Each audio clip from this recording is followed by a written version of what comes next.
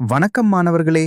இன்று நாம் ஒவ்வொரு ஆண்டும் மே மாதம் முதல் தேதி கொண்டாடும் மே தினம் அல்லது உழைப்பாளர் தினம் எப்படி உருவானது என்பதை பற்றி ஒரு வீரமிக்க வரலாற்றை கற்கப் போகிறோம். முதல் மே தினம் என்றால் என்ன?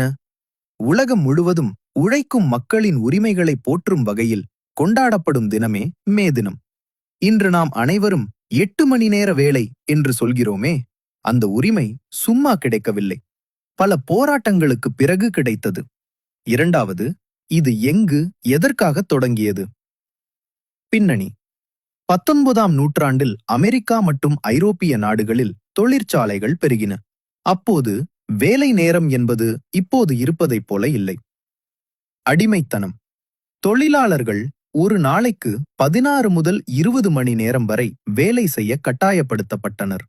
சூரியன் உதிக்கும் முன் வேலைக்குச் சென்று நள்ளிரவில் வீடு திரும்புவார்கள். கோரிக்கை: நாங்கள் இயந்திரங்கள் அல்ல, மனிதர்கள் என்று முழங்கிய தொழிலாளர்கள் 8 மணி நேர வேலை, 8 மணி நேர ஓய்வு, 8 மணி நேர பொழுதுபோக்கு என்ற கோரிக்கையை முன்வைத்தார்கள். மூன்றாவது, எவ்வாறு நடந்தது? சிக்காகோ போராட்டம். இந்த வரலாற்றில் மிக முக்கியமான இடம் அமெரிக்காவின் சிக்காகோ நகரம். 1886 மே 1. அமெரிக்கா முழுவதும் லட்சக்கணக்கான தொழிலாளர்கள் வேலை நிறுத்தத்தில் ஈடுபட்டனர். சிக்காகோவில் போராட்டம் மிகவும் தீவிரமாக இருந்தது. மே 4. ஹே சந்தை சம்பவம். சிகாகோவின் ஹே சந்தை சதுக்கத்தில் தொழிலாளர்கள் அமைதியாக கூட்டத்தை நடத்தி கொண்டிருந்த போது திடீரென ஒரு குண்டு வீசப்பட்டது. இதனால் ஏற்பட்ட குழப்பத்தில் துப்பாக்கிச் சூடு நடந்தது. இதில் பல தொழிலாளர்கள் கொல்லப்பட்டனர். தியாகம்: போராட்டத்தை முன்னின்று நடத்திய தொழிலாளர் தலைவர்கள் கைது செய்யப்பட்டு தூக்கிலிடப்பட்டனர். அவர்கள் சாகும்போது கூட, எங்கள் மௌனம் இன்று நீங்கள் நசுக்கும் குரல்களை விட வலிமையானதாக மாறும் என்று கூறி வீர மரணமடைந்தனர்.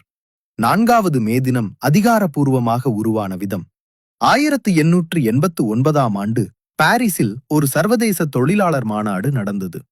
அந்த மாநாட்டில் சிகாகோ தியாகிகளின் நினைவாகவும் தொழிலாளர்களின் 8 மணி நேர கோரிக்கையை வலியுறுத்தியும் ஒவ்வொரு ஆண்டும் மே 1ஆம் தேதியை சர்வதேச தொழிலாளர் தினமாக கொண்டாட முடிவு செய்யப்பட்டது. 5வது போராட்டத்தின் விளைவுகள் என்ன? மே தின போராட்டத்தின் வெற்றியாக இன்று நாம் பல நன்மைகளை அனுபவிக்கிறோம்.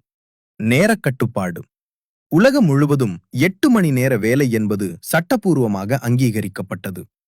தொழிற்சங்கங்கள்: தொழிலாளர்கள் தங்களுக்கென்று அமைப்புகளை உருவாக்கி உரிமைகளை கேட்கும் உரிமை கிடைத்தது.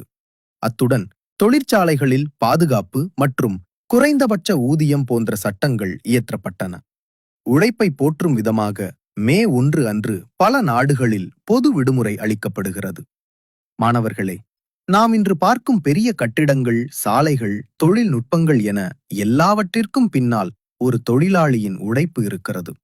அந்த உழைப்பிற்கு மரியாதை கொடுக்கவும் நம் உரிமைகளுக்காக நேர்மையாக போராடவும் மே தினம் நமக்கு கற்றுத்தருகிறது. இந்த வரலாற்றை கூறும்போது, உழைப்பாளர்கள் என்பவர்கள் தொழிற்சாலைகளில் வேலை செய்பவர்கள் மட்டுமல்ல, விவசாயி முதல் தூய்மை பணியாளர்கள் வரை அனைவரும் அடங்குவர் என்பதை மாணவர்களுக்கு வலியுறுத்துங்கள்.